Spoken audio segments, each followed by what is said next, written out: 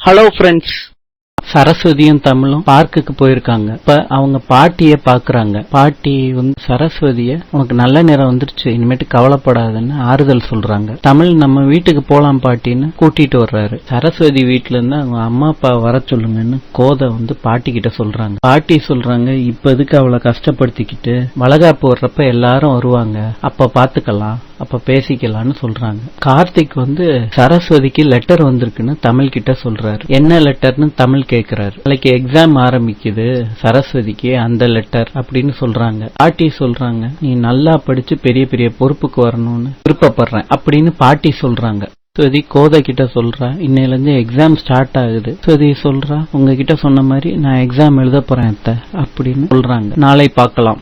இன்றைய சிந்தனை: ஒருவன் முன்னேற முதலில் தன்னம்பிக்கை வேண்டும், அடுத்ததாக இறை நம்பிக்கை வேண்டும்.